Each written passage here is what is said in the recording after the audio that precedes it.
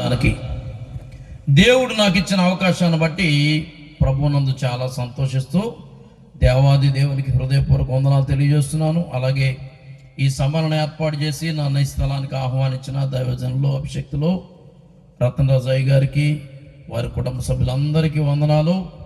మరి ఇంతవరకు చక్కని పాటలు పాడారు, వాయిద్యాలు వాయించారు, వారందరికీ వందనాలు. God bless you.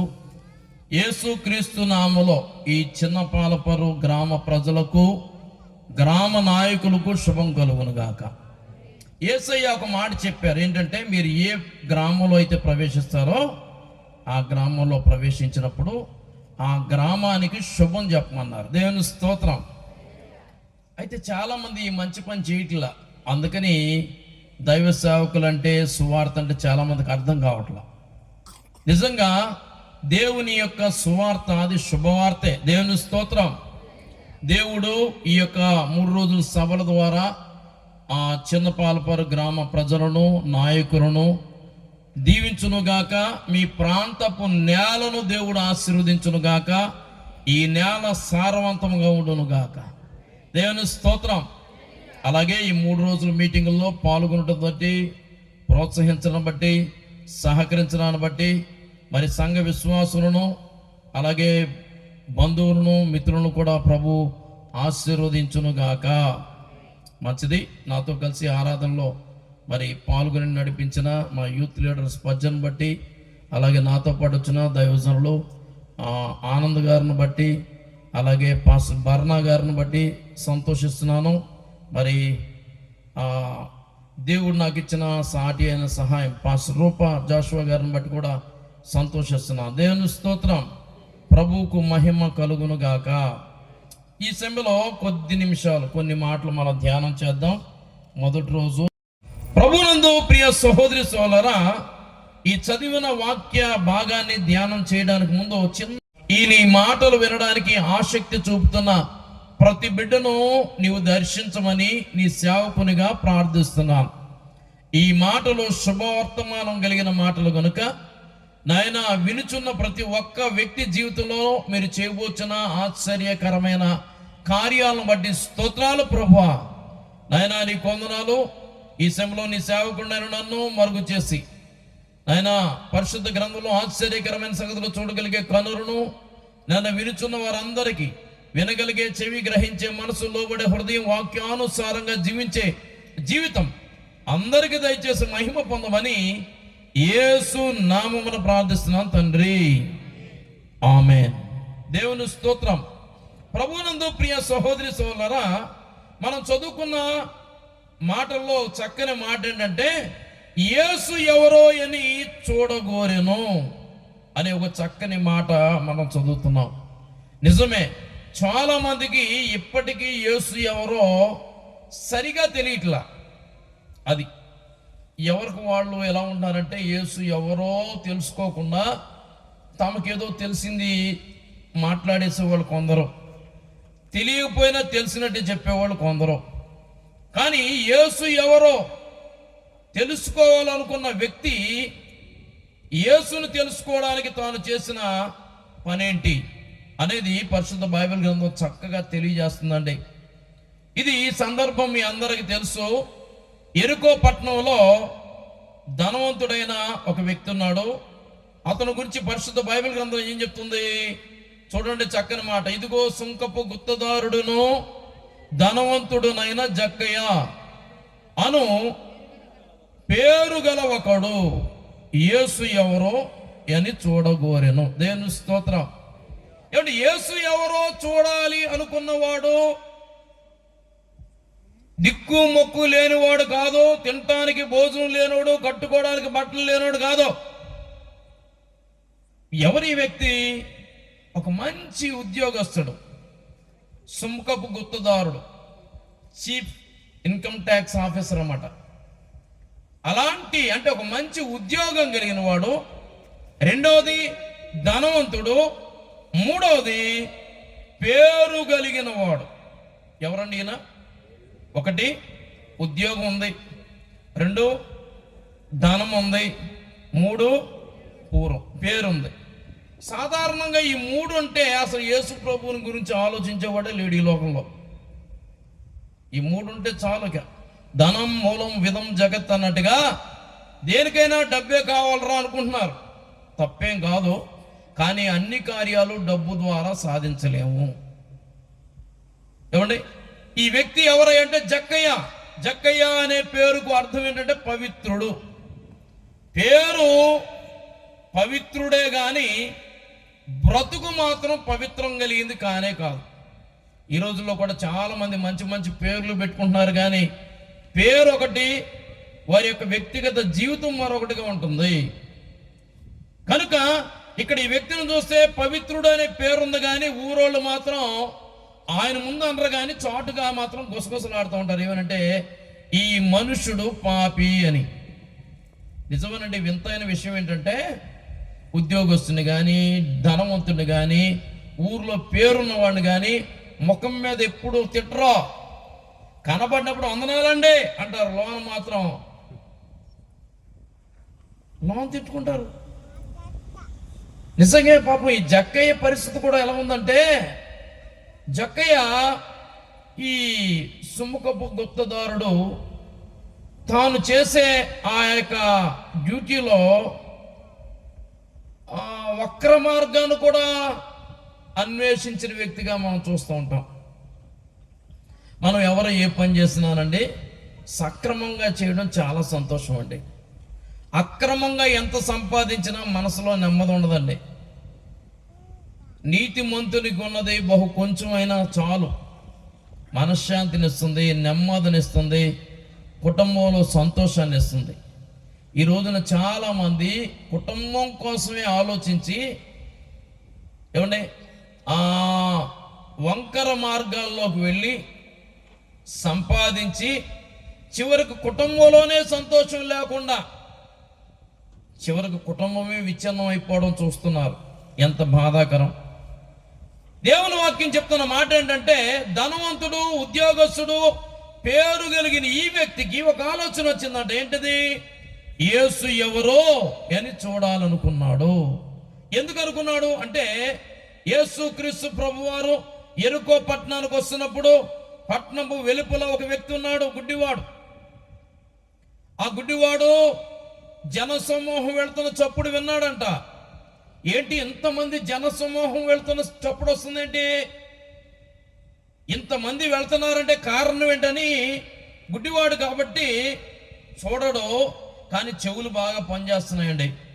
పక్కన ఎవరినో అడిగాడంట, ఏంటి ఇంత జనసమూహం వెళ్తున్నట్టు శబ్దం వస్తుంది ఏంటంటే, వాళ్ళు చెప్పారు కదా, నజరేయుడైన యేసు ఈ మార్గమున వెళ్ళుచున్నాడు అని చెప్పంగానే ఇతడు కేకలేయడం మొదలుపెట్టాడు. దావీదు కుమారుడా యేసు, నన్ను కరుణించు అని కేకలేస్తున్నాడండి.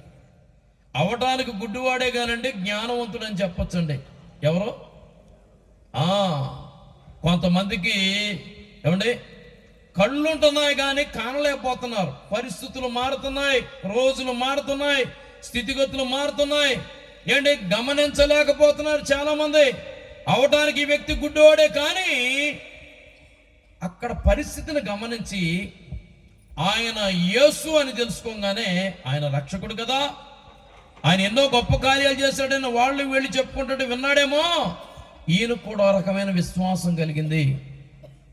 తాను ఎప్పటి నుంచో ఎదురు చూస్తున్నాడు, యేసు ప్రభు దగ్గరికి నన్ను ఎవరైనా తీసుకెళ్తారా అంటే, ఆడిని ఎవరు తీసుకెళ్తారు? అతని పరిస్థితి ఎలాగుందో తెలుసా? తీసుకురావడం, రోడ్డు పక్కన కూర్చోబెట్టడం, పొద్దున్న వస్తాడు, సాయంత్రం దాకా కూర్చుంటాడు, ఆ తర్వాత మరలా వచ్చి తీసుకెళ్తారు. ఇవి అడుక్కుని సంపాదించిందంతా వాళ్ళు. ఇది పరిస్థితి. జీవితాంతం ఇంతేనా నా బ్రతుకు అని అనుకున్నాడేమో. తనకు ఒక ఆశ కలిగింది, నేను గనక యేసు ప్రభు దగ్గరికి వెళ్ళగలిగితే నా స్థితి మారుతుందని ఒక విశ్వాసం అతనిలో ఉంది. ఎవరు తీసుకెళ్తారు? ఆయన ఎంత మంచోడో తెలుసండి, ఆశ గల ప్రాణాన్ని తృప్తిపరుస్తాడండి. ఇతడిని తీసుకెళ్లే వాళ్ళు లేరు, కానీ యేసయ్య ఈ మార్గంలోకి వచ్చాడు. చప్పుడు కూడా దీన్ని పరచండి. హల్లెలూయా. కాబట్టి యేసు వచ్చాడన్న సంగతి తెలియగానే కేకలేయడం మొదలు పెట్టాడు. యేసు ప్రభు ముందున్న వాళ్ళు, వెనకాల ఉన్న వాళ్ళు అంటారు, కేకలేయ మగరా, ఇల్లు ఆయన ఎవరనుకున్నావు, గొప్పోడు, కేకలేకో మర్యాదగా ఉండు అంటున్నారంట. కానీ అతడు మరి బిగ్గరగా కేకలు వేసినని రాయబడిన మాట. దేవుని స్తోత్రం చెప్పండి. అదేంటోనండి, ఎక్కడికి వెళ్ళినా ఎవరు ఏమన్నారు కానీ యేసు ప్రభు దగ్గరికి వెళ్తుంటే ఏదో ఒకటి అంటారండి. యేసు అంటే చాలు, ఈ యేసు దావీదు కుమారుడా కరుణించంటే వాళ్ళు అంటారు నోరు మూసుకో అంటారు. ఈ రోజున యేసు ప్రభుని ఆరాధించడానికి కానీ, సేవించడానికి కానీ, గణపరచడానికి కానీ, అనుసరించడానికి కానీ ఒకవేళ నువ్వు ప్రయత్నం చేస్తుంటే నిన్ను కూడా ఆపేవాళ్ళు ఉండొచ్చు, కానీ ఆగిపోతే కార్యం జరగదు. ఆ గుడ్డివాడు ఏం చేశాడు? తెల్లారు లేస్తే వీళ్ళ దయాదాక్షిణ్యం మీద బతుకుతున్నాను కదా, ఇప్పుడు వీళ్ళు మాట నవ్వపోతే వేసే రూపాయి వేరేమో అనుకున్నాడా? తానేమనుకున్నాడు తెలుసా? వీళ్ళు వేస్తే ఎంత, వేయకపోతే ఎంత. ప్రతిసారి ఒక రూపాయి వేస్తున్నారు, నా బ్రతుకు మాత్రం ఎలాగే ఏడుస్తుంది. నా స్థితి మారాలి, నా స్థితి మారాలంటే రానే వచ్చింది రోజు. యేసయ్య దాటిపోతున్నాడు, ఈ సమయంలో నేను ఆయన దాటిపోకుండా ఆపుకోవాలి అనుకున్నాడంతే కేకలేయడం మొదలెట్టాడు.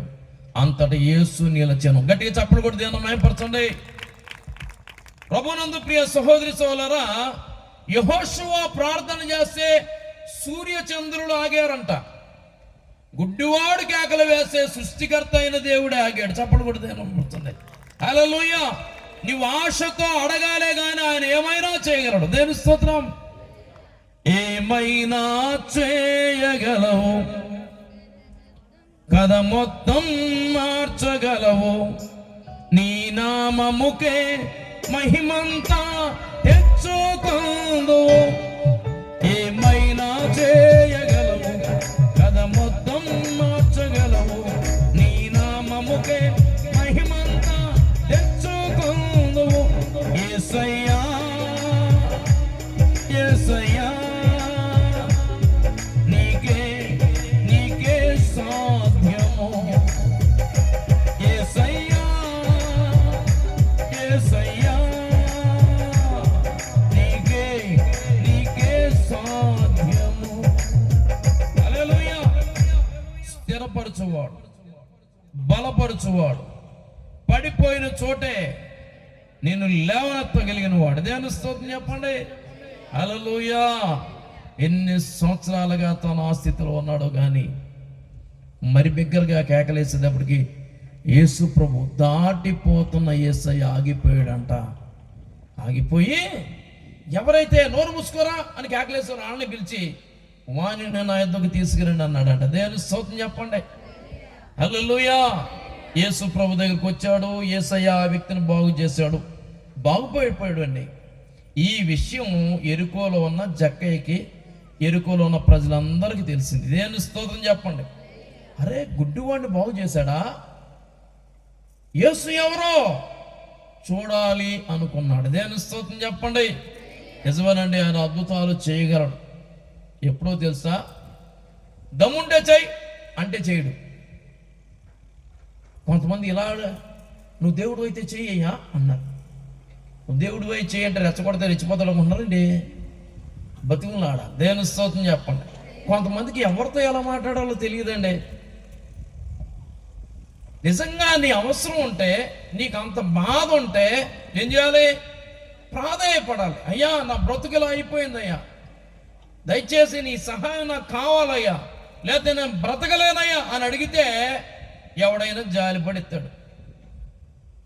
అంతేగాని నీకు పెద్ద ఉద్యోగం ఉందంటగా, ఒక 1000 రూపాయలు దమ్ముంటే అన్నాడు అనుకోండి, మీరు ఇస్తారా? ఎవడెవడు. దేవుని స్తోత్రం. అడగడానికి ఒక విధానం ఉంటుంది. అది చేతగాక కొంతమంది ఏమండి అడగడం కాకుండా అల్లరి చేయడానికి ప్రయత్నం చేస్తున్నారు. అది సరికానే కాదు. మనకి మన ప్రధానమంత్రి గారు ఎవరు? నరేంద్ర మోడీ గారు కదా. ఆయనే ప్రధాని అయితే ఒకసారి రమ్మను, నాకు కనపడమనంటే వస్తాడు ఆయన. పోని అయితే రమ్మను, లేకపోతే కాదన్నాను అనుకోండి, ఆయనకి ఏమన్నా నష్టమా? ఏమి నష్టం ఉండదు. ఇంకా కొంచెం ఎక్స్ట్రాలు చేశాను అనుకోండి, అక్కడి నుంచి ఫోన్ వస్తుంది ఇక్కడికి, ఆడెవడో కొంచెం ఎక్స్ట్రాలు చేస్తున్నాడు అంటే అంతే, అయిపోయింది ఇక, చాప్టర్ క్లోజ్. దేవుని స్తోత్రం. కాబట్టి ఏమంటే ఒక దేశానికి నాయకుడినే విమర్శిస్తే దిక్కుండదో, సృష్టికర్త అయిన దేవునికి వ్యతిరేకంగా మాట్లాడుతూ ఉంటే ఆయన భయపోయిపోయి గచగచ వచ్చేసి అమ్మాయి నేనేనయ్యా దేవుణ్ణి, నేనే యేసు ప్రభుని అని చెప్పుకోవాల్సినంత కర్మేమీ లేదు ఆయనకి. నువ్వు నమ్మినా నమ్మకపోయినా, నీకు నచ్చినా నచ్చకపోయినా ఆయన స్థాయి ఆయనది. దేవుని స్తోత్రం చెప్పండి, హల్లెలూయా. కాబట్టి యేసు ఎవరో అని చూడాలి అనుకున్న ఈ జక్కయ్య యేసు ప్రభు వస్తున్న మార్గం దగ్గరికి వెళ్ళాడంట. ఎప్పుడు యేసు ప్రభుతో జన సమూహాలు ఉంటారు. ఏమండి, యేసు ఎవరో చూడాలనుకున్న జక్కయ్య చూడాలి అనుకున్నాడు కానీ చూడలేకపోయాడు అన్నమాట. చూడగోరెను కానీ చూడలేకపోయాను అన్నమాట. చూడగోరెను కానీ చూడలేకపోయాను. ఎందుకు చూడలేకపోయాడు? 2 కారణాలండి. నేటి దినాన్ని కూడా యేసు ఎవరో చూడాలని చాలామంది అనుకుంటున్నారు, యేసు ఎవరో తెలుసుకోవాలనుకుంటున్నారు, కానీ తెలుసుకోపోవడానికి 2 కారణాలు. ఒకటి, తాను పొట్టివాడు అనండి. ఎవరు? నేను కాదు, నేను కూడా. కానీ జక్కయ్య పొట్టివాడని రాయబడిన మాట. ఏమండి, అతడు చూడాలి అనుకున్నాడు కానీ చూడలేకపోయాడు. నిజంగా పొట్టివాడే. కానీ చాలామంది అంటారు కదా, పుట్టాడు బుద్ధిలు అన్నట్టుగా ఎన్ని ప్రయత్నాలు చేశాడో చూడడానికి. ఎలా చూస్తారు పొట్టివాళ్ళు అని అంటే, అందకపోతే ఏళ్ళ మీద నుంచుని చూడడానికి ప్రయత్నం చేస్తారు. ఇంకొంతమంది అయితే అలా కాకపోతే సందుల్లోంచి అన్న చూడడానికి, అయినా కనపడలేదంట. అసలు జక్కయ్య పొట్టివాడవడానికి గల కారణం ఏంటి? ఒక రోజున మరి దేవుని మహాకృప వల్ల నాకు వివాహం అయింది, 4 పిల్లలు. అయితే అప్పట్లో 2 పిల్లలే, వాళ్ళు ఈ సైజు ఉంటారన్నమాట. నర్సరీ ఎల్కేజీ లోపల ఉన్నారు. పులపుర గ్రామంలో దైవశక్తి మహోత్సవం జరుగుతుంది. కాకినాడ నుండి మూర్తిరాజు గారిని, ఏలూరు నుండి జ్యోతిరాజు గారిని పిలిచాము ఆ మీటింగ్కి. మూర్తిరాజు గారు ముందు వచ్చేసారు, ప్రసంగం చేస్తున్నారు. ఆ పక్కన మేము కూర్చున్నాం అనమాట. పాస్టర్లో మా దగ్గరే మా పిల్లలు, అబ్బాయి అమ్మాయి కూర్చున్నారు. కూర్చున్న తర్వాత ఆయన చెప్పే మాటలు చెప్తున్నారు. వీళ్ళు బుద్ధిమంతుడు బుద్ధిహీనుడు అని ప్రసంగం చేస్తున్నాడు ఆయన మూర్తిరాజు గారు. వీళ్ళు కూడా వెనకాల చెప్పడం మొదలెట్టారు. నేను చాలా సంతోషించి అనుకున్న మనసులో, ప్రభువా నీకు వందనాలు, చాలా చక్కని పిల్లల్ని ఇచ్చావు నాయన, వందనాలు అనుకుంటున్నాను. ఈలోగా చెప్పేవాడు కాస్త ఆపేశాడండి మా అబ్బాయి. ఆపేసి అయ్యగారిని పైనుంచి కిందకు చూశాడు, కింద నుంచి పైకి చూశాడు. అది నేను చూశాను. నాకు అర్థమైపోయింది, వీడికి ఏదో డౌట్ వచ్చింది. మనసులో ప్రార్థన చేసుకుంటున్నా, ప్రభువా విశ్వాసులకు ఏమైనా డౌట్లు వస్తే తడువుకోకుండా చెప్పగలం, చిన్న పిల్లలకు డౌట్లు వస్తే చెప్పడం కష్టం. ఎందుకని? వాళ్ళ స్థాయికి వెళ్ళి చెప్పాలి. వాళ్ళ లెవెల్లోకి వెళ్ళి చెప్పకపోతే వాళ్ళకి అర్థంగానే కాదు. కాబట్టి మనసులో ప్రార్థన చేసుకుంటున్నాను. ఈలోగా అడిగాడు. ఏమన్నాడు తెలుసా? ఆయన ఏంటి అంత ఎత్తున్నాడు అన్నాడు. ఆయన 6 అడుగులు ఎత్తు. మరి ఆయన ఏంటి అంత ఎత్తున్నాడు అని అంటే బాగుంది, అంతటితో ఆపలేదు. మరి నువ్వేంటి అంత ఉన్నావు అన్నాడు. ఆదాము మొదలుకొని నేటి వరకు భూమి మీద పుట్టిన ఏ కొడుకు నా కొడుకు అడిగినట్లు అడుగున్నాడేమో అని డౌట్. ఏమంటే ఎంత డౌట్ వచ్చింది అడిగి? ఆయన ఏంటి అంత ఎత్తున్నాడు, నువ్వేంటి ఎంత ఎత్తున్నావు అనేటప్పటికి ఏం చెప్పాలి నేను? పక్కనే మీటింగ్ జరుగుతుంది, అయ్యగారు ప్రసంగం చేస్తున్నాడు, ఈడేమో స్టార్ట్ చేసాడు. ఈ డౌట్ చెప్పకపోతే డౌట్గానే ఉండిపోద్ది. ఏం చెప్పాలి? ప్రార్థన చేసుకున్నానేమో. ఒక చక్కని ఆలోచన ఒకటే అన్నాను, రై ఆ నాన్నగారు అంత ఎత్తుంటాడు, మా నాన్నగారు ఇంత ఎత్తుంటాడు అన్నాను. అంతే. బాగా అర్థమైపోయింది. ఎంత బాగా అర్థమైంది తెలుసా? రేపు నేను కూడా ఇంతే అనుకున్నాడు. అంత బాగా అర్థమైంది. ఏమండి, అంటే తాను పొట్టివాడవడానికి గల కారణం ఏంటంటే ఏమంటారు? వంశపారంపర్యంగా. అంతే కదా, వంశపారంపర్యంగా. ఈ రోజుల్లో కూడా యేసు ఎవరో చూడలేకపోవడానికి కారణం ఎదగని పరిస్థితులు ఉండటం వల్ల యేసును చాలా మంది చూడలేకపోతున్నారు. ఎందుకనంటే అసలు యేసు ఎవరో తెలుసుకుందాం అంటే తాతో నాన్న అంటారా, యేసు ప్రభు మనోడు కాదురా, ఆళ్ళోడు అనేటప్పటికి మనోడు కదా అనుకుంటున్నారు తప్ప అసలు యేసు ఎవరో తెలుసుకుందాం అనే ఆలోచన ఎంత మంచిదండి. నేను అంటాను కదా, వినుదగుని ఎవరు చెప్పినా వినినంతనే వేగిర పడక కనికల్లా నిజము తెలుసుకోవడం చాలా మంచిదండి. ఎవరు ఏం చెప్పినా వినండి, విన్నంత మాత్రం తొందరపడద్దు, అసలు ఏం చెప్పారో వినండి, అందులో వాస్తవం ఎంతో గమనించండి. దేవుడు ప్రతి ఒక్క వ్యక్తికి మంచి తల ఇచ్చాడు, తలలో చక్కని మెదడిచ్చాడు. ఏమండి, శాశ్వత కాల జ్ఞానాన్ని దేవుడు మనిషిలో పెట్టాడంట.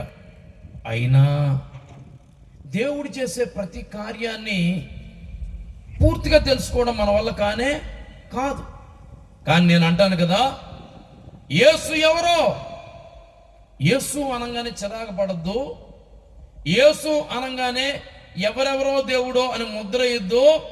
అసలు యేసు ఎవరో ఇంతమంది నమ్ముకుంటున్నారండి, ఎందుకు ఆయన ఆరాధిస్తున్నారు? అరే మా వాళ్ళు కూడా వెళ్ళిపోతున్నారే అని డౌట్ వచ్చి ఉంటుందిగా.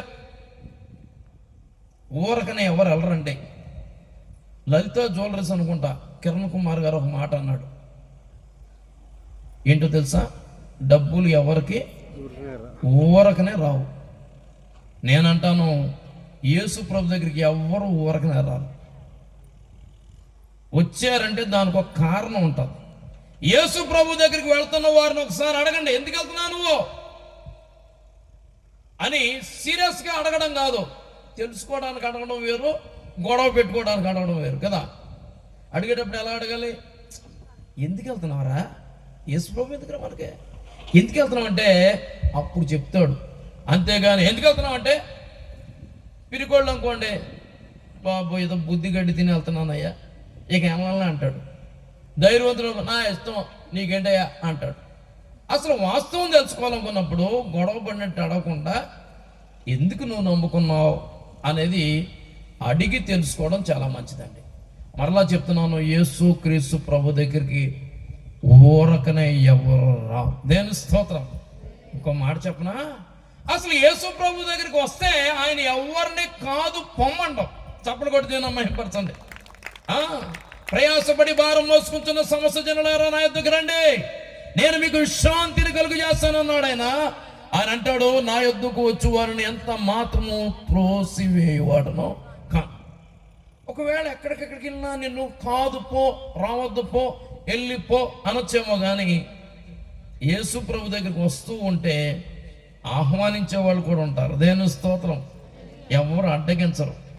నీ కులం ఏదైనా పర్వాలేదు, నీ గుణం ఏదైనా పర్వాలేదు, నీ పరిస్థితులు ఏమైనా పర్వాలేదు, యేసు క్రీస్తు ప్రభు వారు అందరికీ ప్రభువే. దేవుని స్తోత్రం చెప్పండి. కాబట్టి యేసు ఎవరో చూడాలనుకున్న జక్కయ్య చూడలేకపోవడానికి కారణం ఒకటేంటంటే తాను పొట్టివాడు. అది అంటే ఎదిగి ఎదగని స్థితిలో ఉండడం వల్ల చాలా మందికి నేటికి కూడా యేసు ఎవరో తెలియట్లేదు. మరి యేసు ఎవరో తెలుసుకోవాలంటే ఏం చేయాలి? జక్కయ్య ఏం చేశాడో చెప్పడానికి ముందు రెండో పాయింట్ చెప్తున్నా. జక్కయ్య చూడలేకపోవడానికి రెండో కారణం ఏంటో తెలుసా? యేసుతో ఉన్నవారే. రెండో పాయింట్ ఏంటి? మొదటిది ఏంటి? తాను పొట్టివాడు కాబట్టి చూడలేకపోయాడు. రెండోది ఏంటి? యేసుతో ఉన్నవారే యేసు కనపడకుండా జక్కయ్య గడ్డుగా ఉన్నారు. ఈ రాత్రి నేను అంటున్న మాటకి ఎవరు బాధపడద్దే. యేసు ప్రభువును నమ్ముకున్న వాళ్ళే చాలా మంది యేసు ప్రభు ప్రజలకు కనపడకుండా అడ్డుగా ఉంటున్నారు. యేసయ్య చెప్పాడు, మిమ్మల్ని బట్టే కదా నా నామం అన్యజనుల్లో దూషింపబడుతుంది అన్నాడు కదా. అంటే యేసు ప్రభువును నమ్ముకున్నామని చెప్పుకునే వారు సరిగా లేకపోవడం వల్ల యేసును చూడాలనుకున్న వాళ్ళు చూడలేకపోతున్నారు. నీ మాట ఎలాగుంది, నీ ప్రవర్తన ఎలాగుంది, నీ జీవన శైలి ఎలాగుంది, యేసును చూడాలనుకున్న వారికి నీవు చూపించగలుగుతున్నావా? కనీసం నీలో అన్నా చూపించగలుగుతున్నావా? నువ్వే ఆటంకంగా తయారయ్యావేమో. కాబట్టి జక్కయ్య చూడలేకపోవడం కారణాలు ఏంటి? ఒకటి, తాను పొట్టివాడు. దానికి కారణం ఏంటి? వంశ పారంపర్యంగా వస్తుంది. మనోడు కాదు యేసయ్య అంటున్నారు చాలా మంది. అమెరికా వాడు అంటారు కొంతమంది, బ్రిటిష్ వాడు అంటారు కొంతమంది, ఇస్రాయేల్ వాడు అంటారు కొంతమంది. ఏమండి, యేసు క్రీస్తు ఎవరో దేవుని వాక్యం చాలా స్పష్టంగా చెప్తుందండి. యేసు ఎవరో చూడాలనుకున్న ఈయనకి చాలా ఆసక్తి ఉంది. తాను ధనవంతుడైనప్పటికీ, ఉద్యోగస్తుడైనప్పటికీ, ఊరిలో పేరున్నప్పటికీ మనసులో ఒకటే ఆలోచన ఏంటంటే ఆయన ఎవరో నేను చూడాలి. 2 కారణాల చేత చూడలేకపోతున్నాడు. కాబట్టి చూస్తే ఎంత, చూడకపోతే ఎంత, వెళ్ళిపోదాం అనుకోలేదు.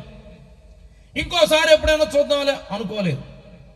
జ్ఞానం కలిగిన వాళ్ళండి ఉన్న అవకాశాలను పోగొట్టుకోరండి.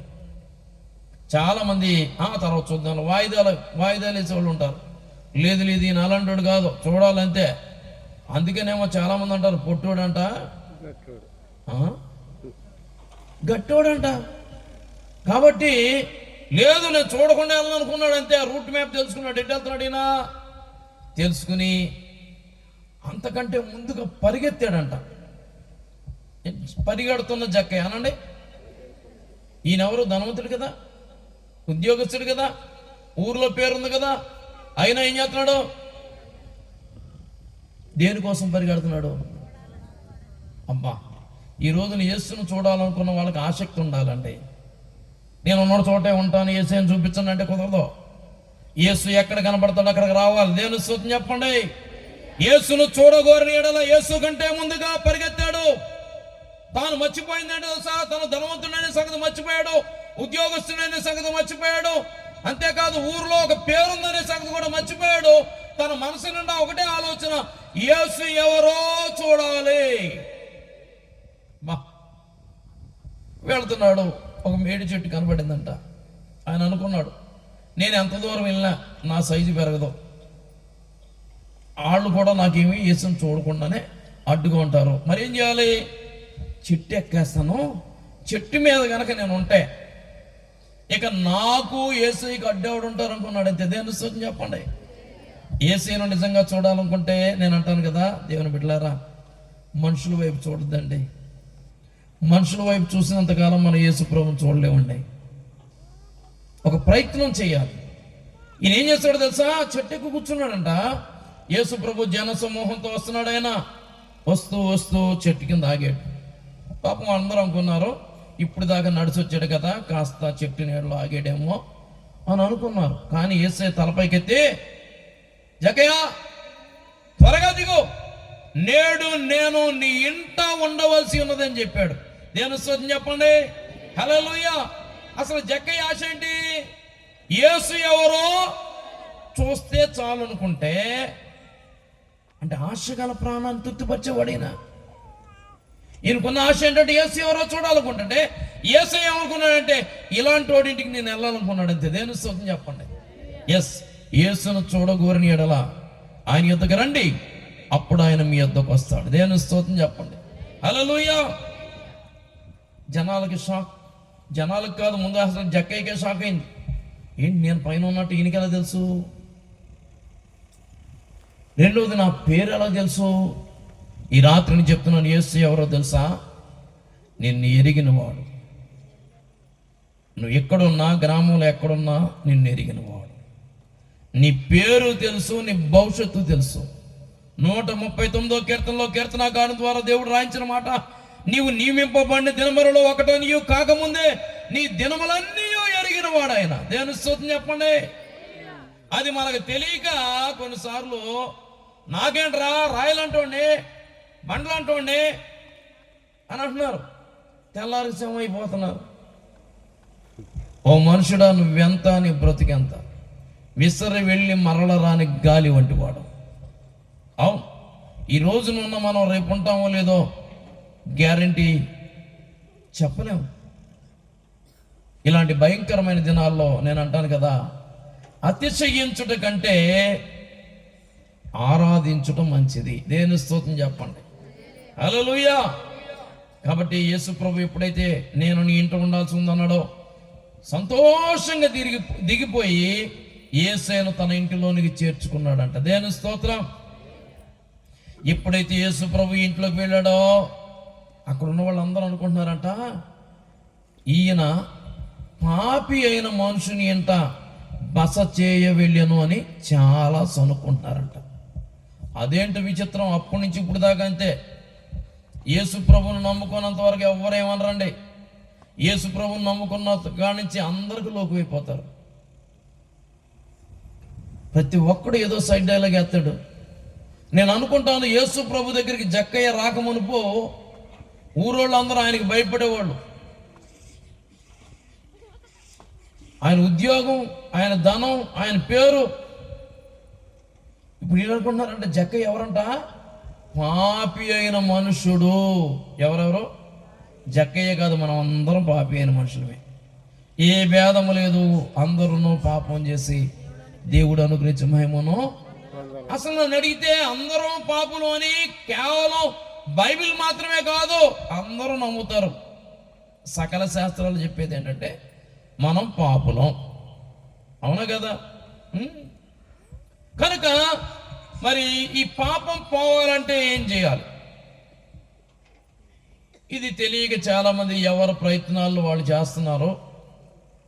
యేసు ప్రభు వారు ఎప్పుడైతే ఆయన ఇంట్లోకి వచ్చాడో అందరూనేమో పాపి అయిన మనుషుని ఇంట్లోకి యేసయ్య వెళ్ళాడు అనుకుంటుంటే, ఆ వ్యక్తి జక్కయ్యలో ఒక రకమైన పశ్చాత్తాపం ఏమన్నా వచ్చిందండి. తనంతట తానే అంటాడు, ప్రభువా నేను ఎవరి దగ్గరైనా అన్యాయంగా ఏమైనా తీసుకుంటే 4 అంతలు ఇచ్చేస్తా, ఆస్తిలో సగం బేదలకు ఇచ్చేస్తా అన్నాడు. చప్పలు కొట్టి దినమేపరచండి. ఒక వ్యక్తి మారాడు అని చెప్పడానికి ఇది సరి అయిన నిదర్శనం. ఆశించడం, పంచిపెట్టడం మొదలెడతాడు. దేవుని స్తోత్రం చెప్పండి. దోచుకోడు, ఎవరికైనా సహాయం చేయడానికి ముందుంటాడు. దేవుని స్తోత్రం చెప్పండి. అది నిజ క్రైస్తవుని యొక్క లక్షణం. దేవుని స్తోత్రం చెప్పండి. మన భారతదేశంలో క్రీస్తు సువార్తను ప్రకటించిన అనేకులు ఏం చేశారంటే పేదవారికి వస్త్రాలు ఇచ్చారు, ఆహారం పెట్టారు, ఏమంటే త్రాగడానికి నీళ్లు ఏర్పాటు చేశారు, ఇంకా చెప్పనా చదువుకోవడం స్కూల్స్ కట్టారు. ఆరోగ్యం లేక ఆదరించేవాళ్ళు లేక చావడానికి సిద్ధంగా ఉన్న వాళ్ళ కోసం హాస్పిటల్ కూడా కట్టారు. మా దగ్గర రామగర అంటుంటే అది చూసి మందిరం కూడా కట్టారు. చప్పుడు కూడా తిన్నాం ఏర్పరచండి. హల్లెలూయా. ఎస్. 1 విద్యాలయం, 2 వైద్యాలయం, 3 దేవాలయం. అనండి. విద్యాలయం, వైద్యాలయం. ఆ 3 అందరికి ఉండే కాదు ఇదివరకు, కొంతమందికే. ఇప్పటికీ చూడండి, క్రిస్టియన్ హాస్పిటల్స్లో చూడండి ఎంత చక్కగా ట్రీట్మెంట్ చేస్తున్నారో. ఇదివరకు అంత ఫ్రీగానే చేసేవాళ్ళు. ఏమండి, ఉచిత వైద్యం. అంతేకాదు ఎంత కేర్ తీసుకుంటారో క్రిస్టియన్ హాస్పిటల్స్లో. చదువు కూడా అలాగే చెప్పేవాళ్ళు అంటండి. ప్రస్తుతం భారతదేశంలో ఉన్నత పదవులలో ఉన్న చాలామంది క్రైస్తవ కాలేజీల్లో చదివి పైకి వచ్చిన వాళ్ళే. అవును, లేకపోతే అప్పుడెక్కడ ఉన్నాయి పెద్దగా ఉన్నా అందరినీ రానిచ్చేవాళ్ళ. కాబట్టి ఈరోజు నేను చెప్తున్నాను, యేసును ఎప్పుడైతే చూస్తామో మన పాపాన్ని మనం దాచుకోలేము, ఇక ఒప్పుకుంటాం. ఆయనను చూడంగానే ఒక రకమైన పరితాపం వస్తుంది, పశ్చాత్తాపం వస్తుంది. ఏమన్నాడైనా, ప్రభువా నా ఆస్తిలో సగం బీదలకు ఇస్తున్నాను. రెండోది ఏంటి, ఎవరి దగ్గరైనా నేను కనుక అన్యాయంగా తీసుకుని ఉంటాడు, తీసుకునే ఉండుంటాడు, లేకపోతే ఊరుకున్నట్టేంటి. కొంతమంది కాస్త అవకాశం వస్తేనండి, అబ్బో అక్రమ మార్గాల్లో ఎంతో సంపాదించేస్తున్నారు చాలామంది. జక్కయ్య కూడా అలాంటివాడే. ఇప్పుడు పరివర్తన వచ్చి అంటాడు, నేను ఎన్ని అంతలు వచ్చాను? 4 అంతలు ఇచ్చేస్తాను అన్నాడు కదా. ఇప్పుడు మనం అనొచ్చు, జక్కయ్య ఆస్తిలో సగం ఇచ్చేస్తావు, ఎవరి దగ్గర అన్యాయంగా తీసుకుంటే 4 అంతలు ఇస్తావు, ఇక నీకేం మిగులుతుందంటే అని అంటాడు, యేసు ఉంటే చాలు. దేని స్తోత్రం చెప్పండి. నీ ఉంటే నాకు చాలు యేసయ్యా, నీ వెంటే నేను ఉంటానేసయ్యా,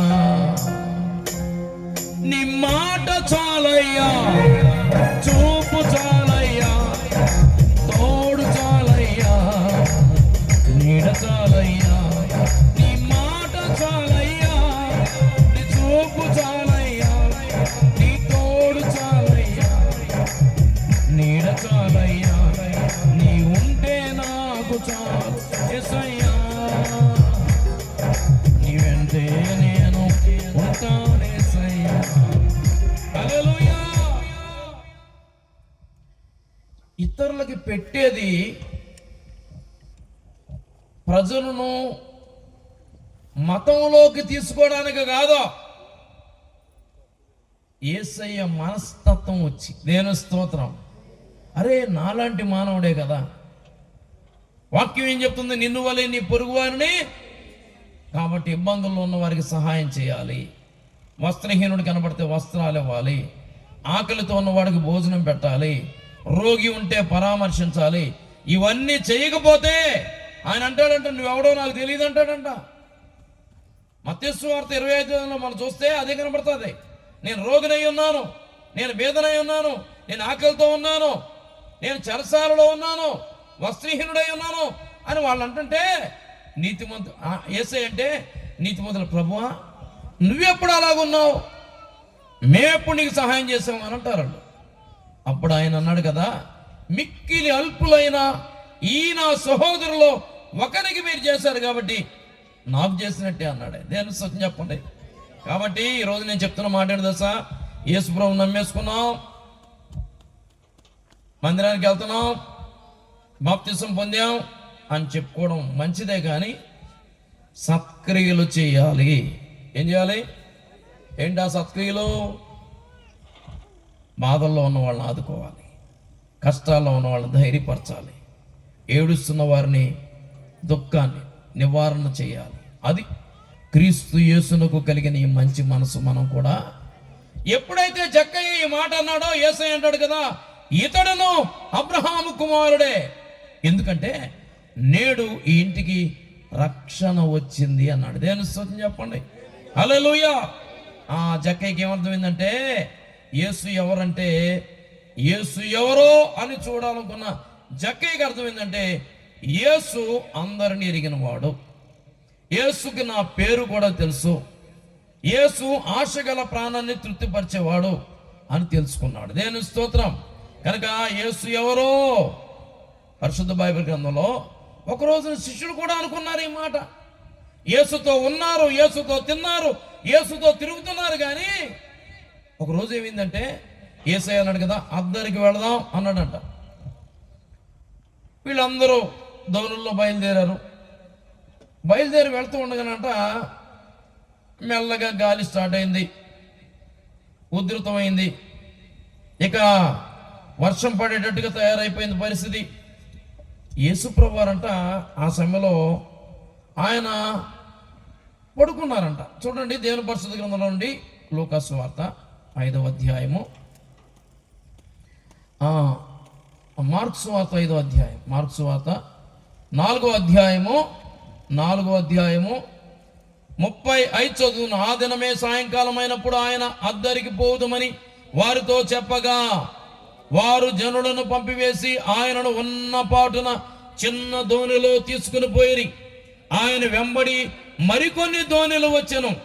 అప్పుడు పెద్ద తుఫాను రేగి ఆయన ఉన్న దోణి మీద అలలు కొట్టుచున్నందున దోణి నిండిపోయెను. ఆయన దోణి అమరమున తలగడ మీద తలవాల్చుకుని నిద్రించుచుండెను. వారు ఆయన లేపి, బోధకుడా, మేము నశించిపోతున్నాము, నీకు చింత లేదా అని ఆయనతో అనిరి. అందుకు ఆయన లేచి గాలిని గద్దించి నిమ్మలమై ఊరకుండమని సముద్రంతో చెప్పగా గాలి అణిగి మిక్కిలి నిమ్మలమాయను.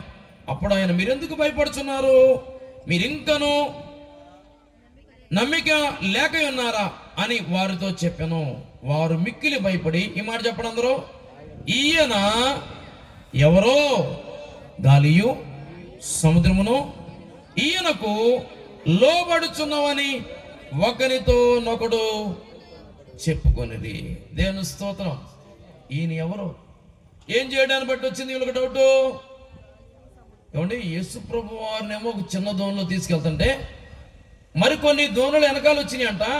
విచిత్రం ఏంటో తెలుసండి, యేసు ఉన్న దోణి మీద అలలు కొట్టినందున, చూడండి ఆ పాయింట్ ఏం రాయబడింది అక్కడ, ఆయన ఉన్న దోణి మీద. అవును, ఈరోజు నేను అంటాను, యేసు ప్రభుని నమ్ముకున్న వాళ్ళకే కష్టాలు ఎక్కువ వస్తాయి. యేసు ఉన్నాడా నీలో, బాధలు వస్తాయి. నీ కుటుంబంలో యేసయ్యకు స్థానం ఉందా, శ్రమలు వస్తాయి.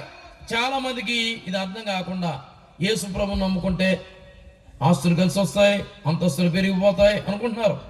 అవన్నీ జరగచ్చు, కానీ నేను అంటాను ముందు మాత్రం కష్టాలు వస్తాయండి. ఏమొస్తాయి? ఏమంటే పెద్ద బిల్డింగ్ కట్టాలంటే ముందు ఏం చేస్తారు, పునాదులు వేయాలక్కర్లేదా? పునాదు ఎంత బలంగా లోతుగా వేస్తే అంత పెద్ద బిల్డింగ్ కట్టవచ్చు.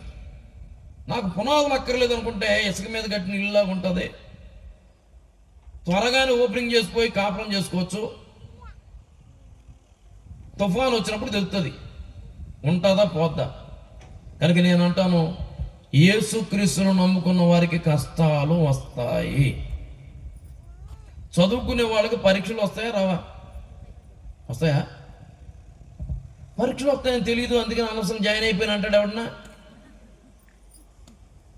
పరీక్షలు రాకపోతే ఇంకెందుకు రే చదువు. ఒకరోజు నేను అడిగాను ఒక ఆయన్ని, బ్రదర్ ఏం చదువుతున్నావు అన్నాను. ఏమన్నాడు తెలుసా, పరీక్షలు లేకపోతే ఎప్పటికీ డిగ్రీ అయిపోయేది అన్నాడు. ఏమి లేకపోతే ఇప్పుడు సంగతి చెప్పన్నా, 10th దగ్గర అయిపోయాడంట. పరీక్షలు లేకపోతే ఎక్కడికి వెళ్ళిపోతాడంట. అమ్మా, అసలు మేము బాప్తిస్మం ఇచ్చేటప్పుడే చెప్తాం, నువ్వు ప్రభువు నమ్ముకున్న ద్వారా నీ బంధువుల దగ్గర నుండి కానీ, గ్రామం నుండి కానీ, నీ యొక్క కుటుంబ సభ్యుల నుండి కానీ శ్రమలు, కష్టం, ఇబ్బంది, చివరికి మరణాపాయమే వచ్చిన యేసు నా రక్షకుడని సాక్ష్యం ఇవ్వగలరా అని అడుగుతారా అడగరా? బాప్తిస్మం పొందిన ఎంతమంది ఒకసారి చేసి చూపించండి. మిమ్మల్ని అందరిని అడిగారా? అలా అడగకపోతే అదంతా ఉత్తుదే. అప్పుడు ఏమంటారు ప్రమాణం? మాట ఇస్తున్నాం, మీరిచ్చిన మాటలను బట్టి, మీరిచ్చిన సాక్ష్యములను బట్టి, తండ్రి అయిన దేవుడు నాకు ఇచ్చిన అధికారమును బట్టి, తండ్రి కుమార పరిశుద్ధాత్మ అనగా ప్రభు అయిన యేసుక్రీస్తు నామములో నీకు బాప్తిస్మం ఇస్తున్నాం అని చెప్తాం కదా. కాబట్టి యేసయ్య చెప్పాడు శిష్యులతో, లోకములో మీకు శ్రమ కలుగుతుంది, అయినా ధైర్యం తెచ్చుకోండి, నేను లోకమును జయించాను అన్నాడు. దేవుని స్తోత్రం. వస్తాయి శోధనలు, వస్తాయి. వాటికి నిలిస్తే ఉన్నత స్థానానికి వెళ్తాం. యేసు ఉన్న దోణి మీద అలలు కొట్టినందున. పైగా వీళ్ళందరూ ఎక్కడికి వెళ్తున్నారో తెలుసా? యేసయ్య అన్నాడు, అద్దరికి పోదుమని చెప్పాను. ఎక్కడికంట? ఇద్దరి నుంచి అద్దరికి వెళ్ళాలనుకున్న వాళ్ళకి శ్రమలు వస్తాయి. ఎక్కడే ఉండిపోదాం అనుకున్నాడు, శ్రమలు రాకపోవచ్చు. దేవుని స్తోత్రం. ఏంటి మీటింగ్లు ఏంటంట? సియోను పరలోక రాజ్య సువార్త. దేవుని స్తోత్రం. అంటే భూమి మీద బాగా బతకడం కోసం కాదు, అక్కడికి వెళ్ళడం కోసం ఈ మీటింగ్లు. దేవుని స్తోత్రం చెప్పండి. హల్లెలూయా. కాబట్టి ఇక్కడ ఉంటే ఎంతకాలం ఉంటాయండి? మహా అయితే 70 సంవత్సరాలు, అధిక బలం ఉంటే 80 సంవత్సరాలు. అవి కూడా ఉండాలి అనుకుంటే తల్లిదండ్రులను సన్మానించాలి. ఎవరైతే తల్లిదండ్రులు సన్మానిస్తారో వారు భూమి మీద దీర్ఘాయుష్మంతులుగా ఉంటారు. ఈ రోజున చాలా మంది ఇట్టే రాలిపోవడానికి ప్రధాన కారణం తెలుసా? తల్లిదండ్రులు గౌరవించే వాళ్ళు ఎవరు ఎంతమంది ఉన్నారండి? తల్లిదండ్రులు జడిపించేస్తున్నారు. మొన్న ఒక ఆయన చూశాను, 2,40,000 పెట్టి బైక్ కొన్నాడంట. కొనకపోతే డాబా నుంచి దూకేస్తానంట వాళ్ళ కొడుకు. అరే బాబు ఏంట్రా అంటే, నువ్వు కొంటావా దూకేమంటావా అన్నాడంట. ఆ తండ్రి ప్రేమతో కొని, నీ కర్మ నువ్వేం చేస్తావు చెయ్యి అంటే, ఏమంటే స్పీడ్గా తోలుతుంటే పోలీసులు ఆపారంట. ఈయనే కదా ఈ బ్యాచ్ బోర్డు అంతా అందరూ తీసుకెళ్ళి లోన్ పెట్టారంట. ఆయన చెప్తున్నాడు, కొడుకు బాధ అంటే ఆ మాట తట్టుకోలేక కొన్నానంటే నాకు మాత్రం ఎంత సంతోషమా. వాడు అక్కడి నుంచి దూకడం నాకు ఇష్టం లేక కొన్నాను. ఇప్పుడు వాడి సంగతి ఏదో మీరు చూసుకున్నాను. దేవుని స్తోత్రం. కనుక ఎందుకు చెప్తున్నానంటే ఏలూరులో కూడా ఒక ఆటో డ్రైవర్ అనుకుంటా, ఆడ కొడుకు బైక్ కొనమంటే లక్షలు అప్పు చేసి మరి అదే రోజున యాక్సిడెంటే చచ్చిపోయాడు. నేను అంటాను అక్కడక్కడ నిరిసిన తల వెంట్రుకలు గల వారిని చూస్తుంటే నాకు చాలా ముచ్చటేస్తుందండి. ఊర్లో ముసలోళ్ళు ఉండటం చాలా మంచిదండి. ఏమండి వాళ్ళకి అనుభవం, ఎన్నో బాధలు పడొచ్చారు వాళ్ళు.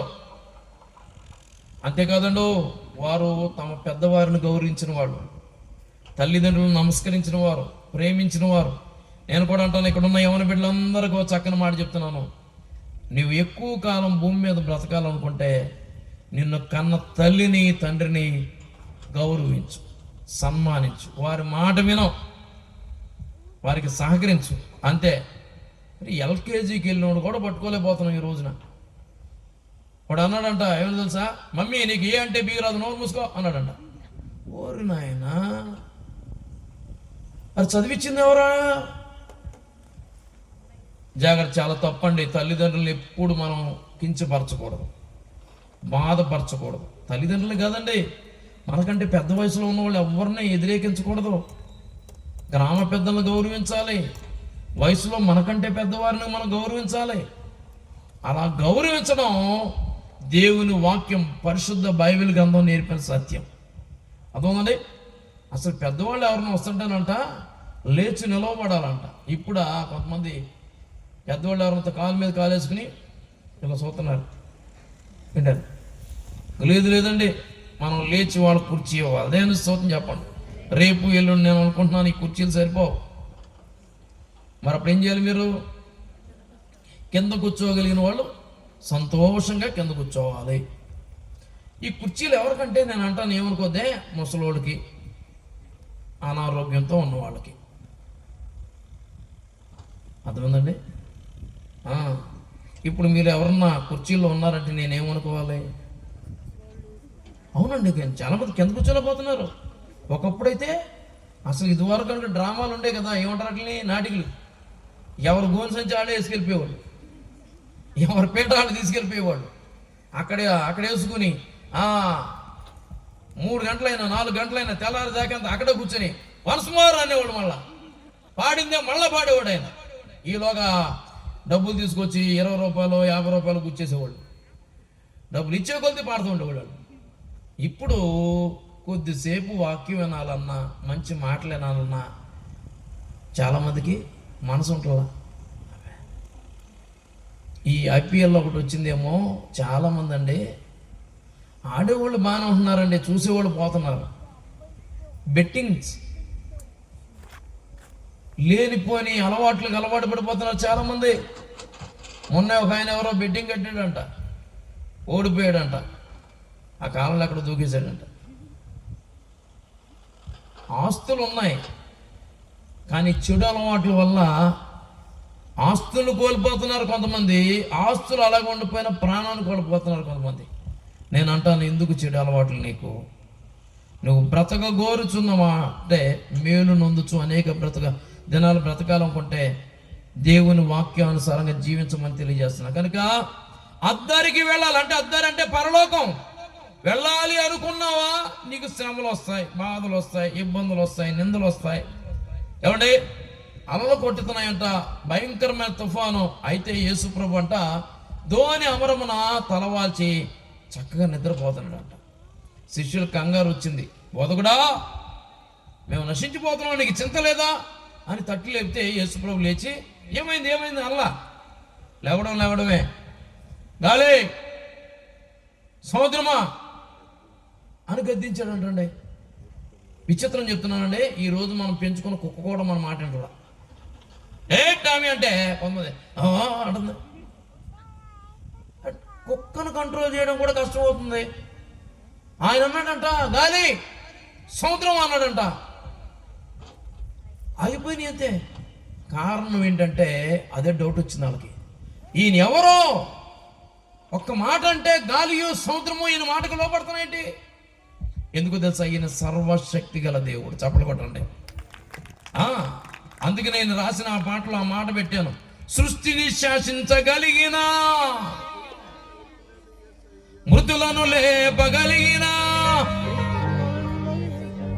దేన్ని సృష్టిని శాసించగలవాడు సృష్టికర్త. యేసుక్రీస్తుగా ఆయన ఈ లోకానికి రాకముందు ఎక్కడున్నాడు అనంటే, భక్తుడైన యోహాన్ చెప్పాడు, ఆది యందు వాక్యం ఉండెను, వాక్యము దేవుని యందు ఉండెను, వాక్యము దేవుడై ఉండెను. ఆ వాక్యమే శరీరధారి అయి కృపా సత్య సంపూర్ణుడిగా ఈ లోకంలో జన్మించినప్పుడు పెట్టబడిన పేరు యేసు. యేసు అనే మాటకు అర్థం ఏంటి తెలుసా? తన ప్రజలను వారి పాపం నుండి ఆయన రక్షిస్తాడు. నిన్ను రక్షించేవాడు ఆయన. యేసు రక్షకుడే గాని భక్షకుడు కాడు. యేసు ఎవరు అనుకుంటున్నావా? ఆయన రక్షకుడైన దేవుడు. ఏ దేవుడు ఉందా మాట? చూడండి, తీతుకు రాసిన పత్రికలో అపోస్తలుడైన పౌలు గారు ఈ మాట చెప్పారు. యేసు క్రీస్తు ఎవరయ్యా అంటే 1వ అధ్యాయము, తీతుకు రాసిన పత్రిక 1వ అధ్యాయం 4వ వచనం, మన అందరి విశ్వాస విషయంలో నా నిజమైన కుమారుడు తీతుకు శుభమని చెప్పి వ్రాయినది, ఆ నిత్య జీవమును అబద్ధమాడనేనని దేవుడు అనాది కాలం మందే వాగ్దానం చేసిన గాని, ఇప్పుడు మన రక్షకుడైన దేవుని ఆజ్ఞ ప్రకారము నాకు అప్పగింపబడిన సువార్త ప్రకటన వలన తన వాక్యమును యుక్త కాలముల యందు బయలుపరిచెను. తండ్రి అయిన దేవుని నుండి మన రక్షకుడైన యేసు క్రీస్తు నుండి కృపయు కనికరము సమాధానమును నీకు కలుగునుగాక. ఎవరయ్యా యేసు అంటే? భక్తుడు అంటాడు, రక్షకుడైన దేవుడు. ఎవరంటైనా యేసు ఎవరో అనుకుంటున్నావా? యేసు రక్షకుడైన దేవుడు. ఇంకా ఎవరైనా చూడండి, తీతు పత్రికలోని చక్కని మాట కనబడుతుంది, 2:13, మహాదేవుడును మన రక్షకుడైన యేసుక్రీస్తు. యేసుక్రీస్తు ఎవరు? 1 రక్షకుడైన దేవుడు, 2 మహాదేవుడు. ఏంటంట? ఏంటి మహాదేవుడు అంటారంటే, ఆకాశం ఆయన సింహాసనం అంట, భూమి ఆయన పాదపీఠం అంట. ఆకాశంలో కూర్చుంటే కాళ్ళు ఎక్కడ అంతాయంట? అది అర్థవుందండి. కాబట్టి ఎంత గొప్పోడైనా ఎవరు చేయలేరు ఆయన్ని. దేవుని స్తోత్రం. ఈ లోకంలో ఎవరన్నా చేయాలనుకుంటే 60 అడుగులో 70 అడుగులో చేస్తున్నారు, కానీ ఈయన చేసుకుందామంటే ఎవరి వల్ల? మనిషిని చేసిన వాడు కానీ మనిషి చేత చేయబడిన వాడు కానే కాడు. నువ్వు ఆయన చేయలేవు అసలు. దేవుని స్తోత్రం. అర్థముందండి. మహాదేవుడు, దేవుని స్తోత్రం. కాబట్టి 1 రక్షకుడైన దేవుడు, 2 మహాదేవుడు, 3 రోమిలికి రాసిన పత్రికలో మాట రాయబడింది 9వ అధ్యాయం. అపోస్తలుడైన పౌలు గారు రోమిలికి రాసిన పత్రిక 9వ అధ్యాయంలో ఈ చక్కని మాట పలికారు. ఏంటది? ఆయన ఎలాంటి వాడు అంటే 9:5, పితరులు వీరి వారు, శరీరం బట్టి క్రీస్తు వీరిలో పుట్టాను. ఈ మాట చెప్పండి అందరూ. ఈయన సర్వాధికారి అయిన దేవుడై ఉండి నిరంతరము స్తోత్రార్హుడై ఉన్నాడు. ఆమేన్. ఏ దేవుడు అంట? 1 రక్షకుడైన దేవుడు, 2 మహాదేవుడు, 3 సర్వాధికారి అయిన దేవుడు. అది అంటే ఆయనకి అన్ని చోట్ల అధికారం, పంచభూతముల మీద శక్తి కలిగిన వాడు ఆయన. అందుకనే శిష్యుడికి డౌట్ వచ్చింది, ఈయన ఎవరు? గాలి అంటే ఆగింది, సముద్రం అంటే ఆగింది, ఈయన ఎవరు? అది అదొందండి. ఎవరైనా సర్వాధికారి అనండి. ప్రకటన గ్రంథంలో చక్కని మాట ఉంది. సర్వాధికారం అంటే ఎక్కడెక్కడ ఉంది ఆయనకి? ప్రకటన గ్రంథం 1వ అధ్యాయం. ప్రకటన గ్రంథము 1వ అధ్యాయంలో యేసయ్య తనంతడు తానే చెప్పాడు ఈ మాట. 1వ అధ్యాయము 18వ వచనం, నేను మొదటి వాడును కడపటి వాడును జీవించు వాడును మృతుడనైతే గాని ఇదిగో యుగ యుగములు సజీవుడనై ఉన్నాను, మరియు మరణము యొక్కయు పాతాళ లోకము యొక్కయు తాళపు చెవులు నా స్వాధీనములో. ఎక్కడెక్కడ? మరణం యొక్కయు పాతాళ లోకం యొక్కయు తాళపు చెవులు. తాళపు చెవి అంటే అధికారానికి గుర్తు. ఇంట్లో ఎవరి దగ్గర తాళం ఉంటే వాళ్ళదే పెత్తనం అనమాట. అది ఉందండి. ఇంట్లో తాళం ఎవరి దగ్గర ఉందో అధికారం కూడా. కొంతమంది పాపం ఏవే 10 రూపాయలు ఉంటేవే అంటున్నారు. ఎవరిని అంటే ఎవరిది పెత్తనం? మరి ఇవ్వకపోతే ఎలాగా? ఇంటి స్థలం మీ పేరున ఉంది, తెల్ల కార్డు మీ పేరున ఉంది, ఇంకేమున్నాయి? ఉన్నాయి అన్నా మీ పేరున ఉన్నాయి. ఉంచుకోండి, దేవుని స్తోత్రం. అసలు నేను అంటాను మా మగవాళ్ళకి ఏం అక్కర్లేదు, ఉంటే అంత లేకపోతే అంత. అసలు మేము ఎంత మంచి వాళ్ళు తెలుసా? ఒక చెట్టు కింద తుండి వేసుకుని, తుండి మీద అంటే పడుకుని, కాలు మీద కాలు వేసుకుని హాయిగా పడుకోగలం. మాకు ఇవన్నీ అక్కర్లేదు. అసలు ఇవన్నీ ఎవరి కోసం? భార్య పిల్లల కోసమే పురుషుడు కష్టపడుతున్నాడు. ఆ పురుషుడిని ఎవరైతే గుర్తించి జాగ్రత్తగా చూసుకుంటారో వాళ్ళు ధన్యులు. ఇవేవి అసలు మేము కావాలనుకుంటే అసలు ఏమేమో మీకు అసలు మాకెందుకు ఇవన్నీ? మాకు అంత ముద్ద ఉంటే చాలు, కష్టపడతాం, భోంచేస్తాం, పడుకుంటాం. సంపాదించింది ఏదన్నా ఉందంటే మీకోసమే, దేవుని స్తోత్రం. కాదంటారా? రైల్వే స్టేషన్లో పడుకోగలం, బస్ స్టాండ్లో పడుకోగలం, ఇంకేంటి చెరువు గట్టు మీద పడుకోగలం. మరి ఎందుకు ఇల్లు వాకిలి ఇంత కష్టం ఎందుకు చేస్తున్నారంటే, అమ్మా స్త్రీలారా మీరు దండం పెట్టి చెప్తున్నాను, వాళ్ళు కష్టపడేదంతా మీకోసమేనమ్మా. మీకోసం, పిల్లల కోసం ఇంత కష్టపడుతుంటే. పూర్వ రోజుల్లోనండి భర్త ఉదయాన్నే లేచిన భార్య భర్త కాళ్ళకు నమస్కారం పెట్టుకుని పుస్తూలు తీసుకుని వెళ్ళాలి అనుకునేది. ఇప్పుడు రోజులు మారిపోయినాయి. ఏంటి ఎక్కువ మాట్లాడుతున్నావు, తీసేనా తెంచేనా అంటున్నారు. ఎంత ధీమా అండి. ఒకప్పుడైతే అసలు అమ్మో పతియే ప్రత్యక్ష దైవం.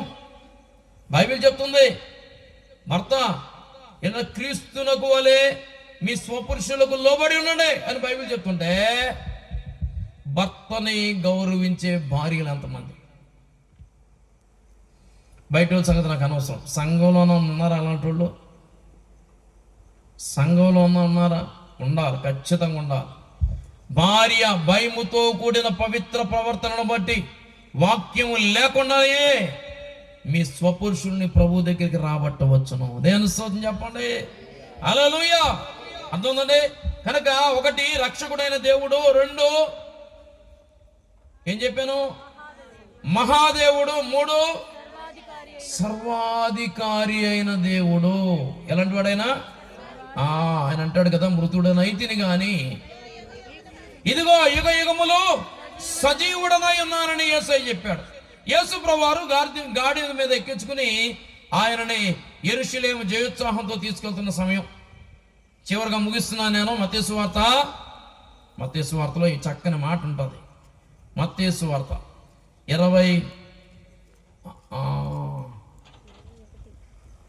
21వ అధ్యాయము 10వ వచనం. ఆయన యెరూషలేములోనికి వచ్చినప్పుడు పట్టణమంతయు ఈయన ఎవరో అని కలవరపడెను.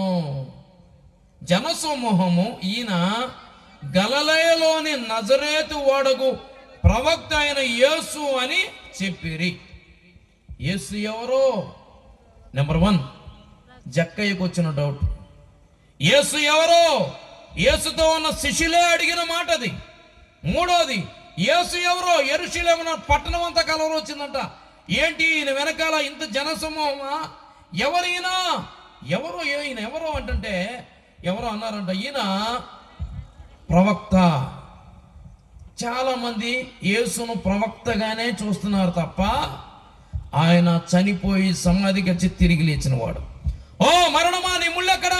ఓ మరణమా నీ విజయం ఎక్కడని మరణపు ముళ్ళును విరిచి తిరిగి లేచిన మృత్యుంజయుడు నిజముగా లోకరక్షకుడు. దేవుని స్తోత్రం చెప్పండి.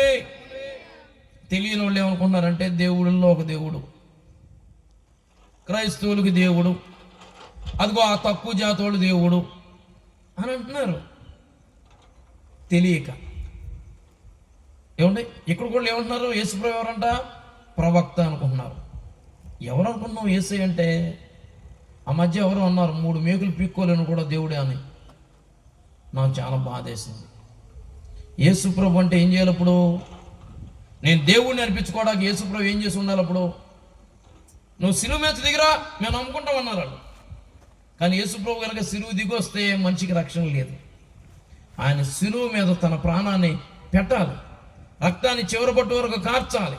రక్త ప్రోక్షణం అవశ్యం. రక్తం చిందించకపోతే మానవాళి పాపాలకు ఏమండి పరిహారం లేదు. అందుకని యేసుప్రభు వారు 3 మేకుల మీద ఎలాడుతుంటే అప్పుడున్న వాళ్ళు ఇప్పుడున్న వాళ్ళు కూడా యేసుప్రభుని ఏమన్నారంటే, యేసుప్రభు దేవుడైతే దిక్కులేని చావు చచ్చాడు అంటున్నారు. నేను అంటున్నాను, దిక్కులేని చావు కాదు, దిక్కులేని మన కొరకు చచ్చాడు. దేవుని స్తోత్రం చెప్పండి. ఎస్ అంటే అందరి ఉద్దేశం ఏంటంటే యేసుప్రభు దిగిపోయి సిలువ మీద దిగిపోయి ఆ సిలువను ఓడబీకి కనపడ్డా కొట్టేయాలన్నమాట. అప్పుడు ఆయన దేవుడు. అంటే దేవుడు అంటే ఎలా ఉండాలనుకున్నారు? చంపాలి, కొట్టాలా? కాదు.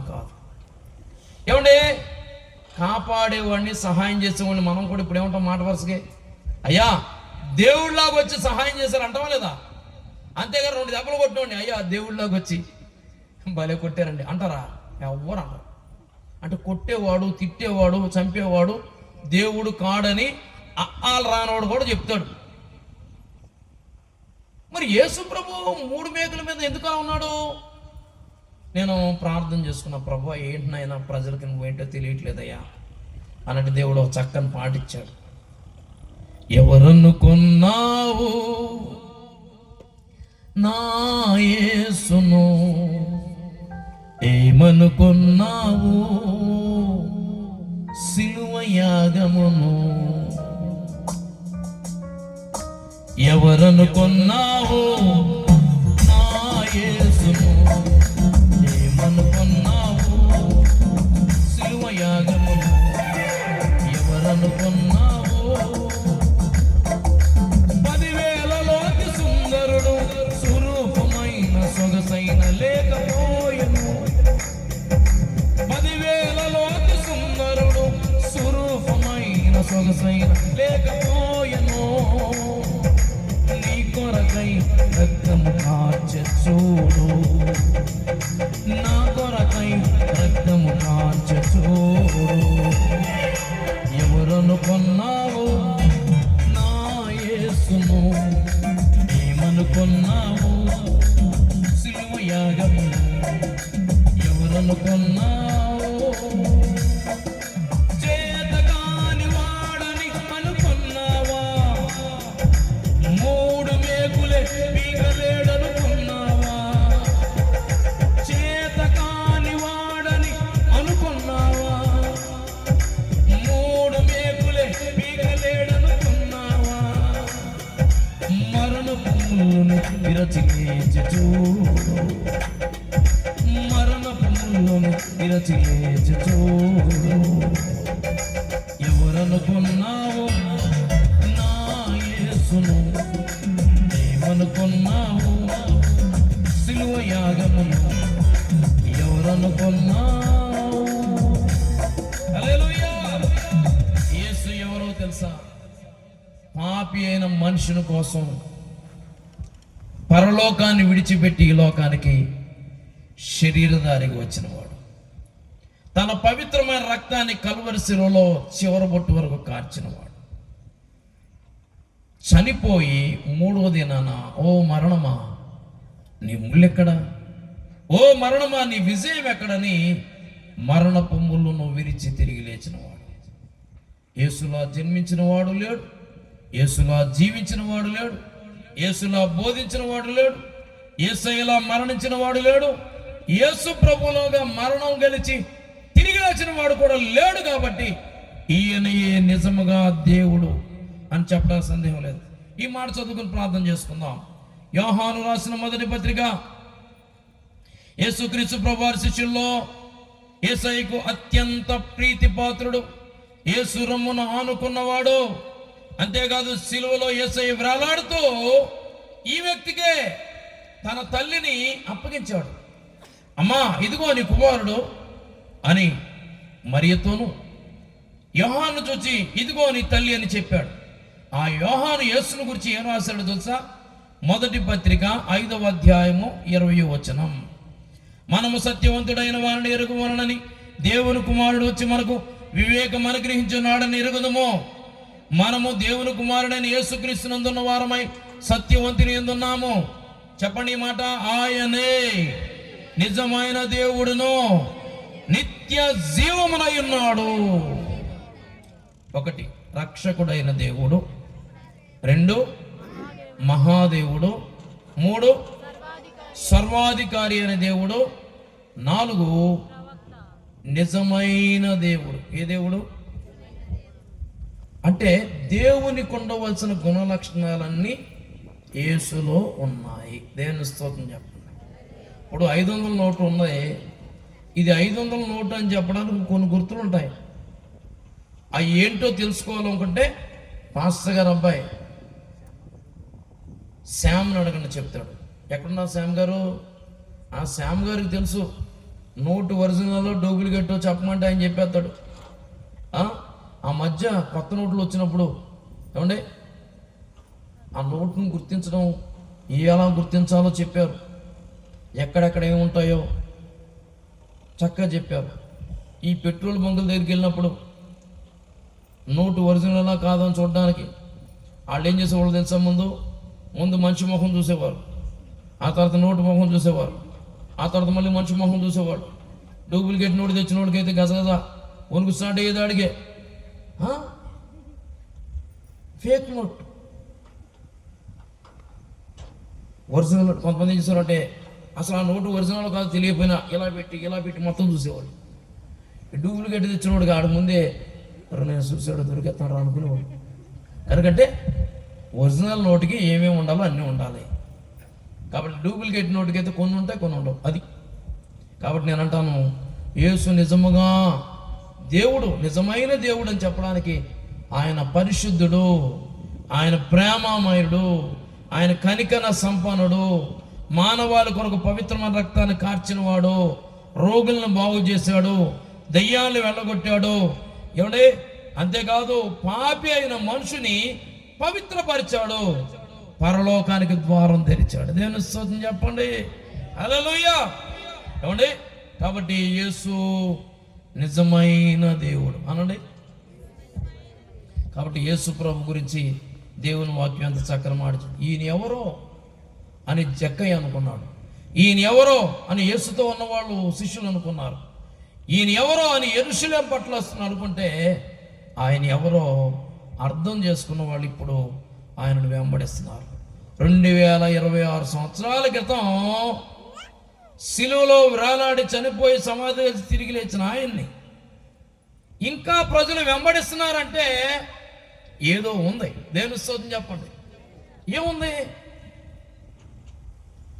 చాలా మంది మారిపోతున్నారు, ఇంకా మారుతున్నారు, ఇంకా మారే వాళ్ళని ఎలా ఆపాలని చూస్తున్నారు కొంతమంది. నీకు చేతనైతే సహాయం చేయి, లేకపోతే సైలెంట్గా ఉండు. నువ్వు చెయ్యు, చేసేవాడిని చేయను. అవి కొంతమంది అన్నారు, ఏమంటే దాన ధర్మాలు చేస్తుంటే భోజనాలు పెట్టి లాగేస్తున్నారు అన్నారు. ఆ మధ్య కొంతమంది ఉన్నారు డబ్బులు ఇచ్చి లాక్కుంటున్నారు. అసలు చర్చికి వచ్చి చూస్తే తెలుస్తుంది, డబ్బులు మీరిస్తారా మాకు, మేము మీకు ఇస్తామా చెప్పాలి. విశ్వాసులకు పాస్టర్ గారు ఇస్తారా, పాస్టర్ గారికి విశ్వాసులు ఇస్తారా? మీటింగ్లకు మీరు మాకు ఇస్తారా, మేము మీకు ఇస్తామా? రాజకీయ మీటింగ్లు ఎక్కువైపోయి వాళ్ళకి ఆలోచన వస్తుందన్నమాట. పలవా ప్యాకెట్టు, 500 రూపాయల నోటు, అది వాళ్ళ పద్ధతి. కాబట్టి వాళ్ళు ఏమనుకుంటారంటే, అరే మన మీటింగ్కి అలాగ వస్తున్నారు కాబట్టి ఈ మీటింగ్ కూడా అలాగే వెళ్తున్నారు అనుకుంటున్నారు. కాదు, అది వేరు ఇది వేరు. దేవుని స్తోత్రం చెప్పండి. ఒకవేళ యేసు దగ్గరికి వస్తుంది, ఏం కట్ చేస్తానన్నా సరే ఏమి ఇవ్వకపోయినా పర్లేదు, మాకు ఏసే కాలంటాం. దేవుని స్తోత్రం. నిజంగా జక్కయ్యలాగా మారినోడిని ఎవడు ఏం చేయలేడండి. ఉంటే ఉంటాం, పోతే పోతాం. ఏంటంట ఎప్పుడైనా పోవాల్సిన వాళ్ళమేగా. ఈ తెగింపు క్రైస్తవునికి రావాలి. నేను అంటాను, ఇండియాలో పుట్టాం కాబట్టి ఇండియన్, క్రీస్తులో జన్మిస్తే క్రిస్టియన్, అంతే. ఇది ఒక మతం ఏం కాదు, మార్గం అంతే. ఏమండి ప్రభుని తెలుసుకున్నాం, ప్రభు మార్గంలో నడుచుకుంటున్నాం, అంతే. అంతకంటే ఏమీ లేదు. ప్రభువు నమ్మకం ముందు దొంగగా ఉన్నవాడు, వ్యభిచారిగా ఉన్నవాడు, ఎవడైతే త్రాగుబాతుగా ఉన్నాడు, ఇష్టం వచ్చినట్టు తిరిగిన వాళ్ళు ఈ రోజున యేసు ప్రభు నమ్ముకుని సన్మార్గంలోకి వస్తున్నారు. అయితే అక్కడక్కడ కొంతమంది అటు ఇటు ఉన్న వాళ్ళు ఉన్నారు. వాళ్ళను చూసి కొంతమంది యేసు ప్రభు నమ్మున వాళ్ళు అలా ఉంటున్నారు, ఇలా ఉంటున్నారు. నేను అంటాను, నిజంగా రక్షణ పొందినవాడు అయితే ఎలా పడితే అలా ఉంటాడండి, వాక్యానుసారంగా ఉంటాడు. దేవుని స్తోత్రం చెప్పండి. కనుక అద్దరికి వెళ్ళాలి అనుకున్న వాళ్ళకి సమస్యలు రాకమానవు. సమస్యలు వచ్చినా యేసు ఉన్నాడు కాబట్టి ఒక్క మాటతో వాటిని పరిష్కరించగలడు. కాబట్టి యేసు నిజముగా లోకరక్షకుడు. దేవుని స్తోత్రం. ఈ రోజున ఈ మాటలు విన్న మీరు ఎక్కడున్నా, గ్రామంలో ఎక్కడున్నా, దేవుని సేవకునిగా ప్రేమతో చెప్తున్నాను, నువ్వు పాపివని ఎవరు చెప్పక్కర్లేదు. నీ మనసే అంటుంది నేను పాపినని. మరి పాపం పోవాలంటే ఏం చేయాలి? రక్తం చిందించాలి. ఎడ్ల రక్తం కాదు, కోళ్ళేక రక్తం కాదు. దేవుడు మానవుడుగా వచ్చి తనంతట తన రక్తాన్ని చిందించకపోతే మానవాళికి రక్షణ లేదు. కాబట్టి ఆయన కాలము పరిపూర్ణమైనప్పుడు యేసుక్రీస్తుగా ఈ లోకానికి వచ్చాడు. కన్యమరి గర్భాన్ని ఈ లోకంలో జన్మించాడు. పవిత్రమైన జీవితం జీవించాడు. నాలో పాపం ఉందని మీలో ఎవడు స్థాపించాడు అని ఛాలెంజ్ చేసిన యేసయ్య ఈరోజు ఈ చిన్న మాట చెప్తున్నాను, నిజముగా ఆయన లోకరక్షకుడు. నమ్మినా నమ్మకపోయినా, నీకు నచ్చినా నచ్చకపోయినా ఇది సత్యం. జక్కయ్య తెలుసుకున్నాడు. యేసయ్య అన్నాడు కదా, ఇతడును అబ్రహాము కుమారుడే, నేడు ఈ ఇంటికి రక్షణ వచ్చింది. దేవుని స్తోత్రం. కనుక యేసును మీ హృదయంలో చేర్చుకోండి.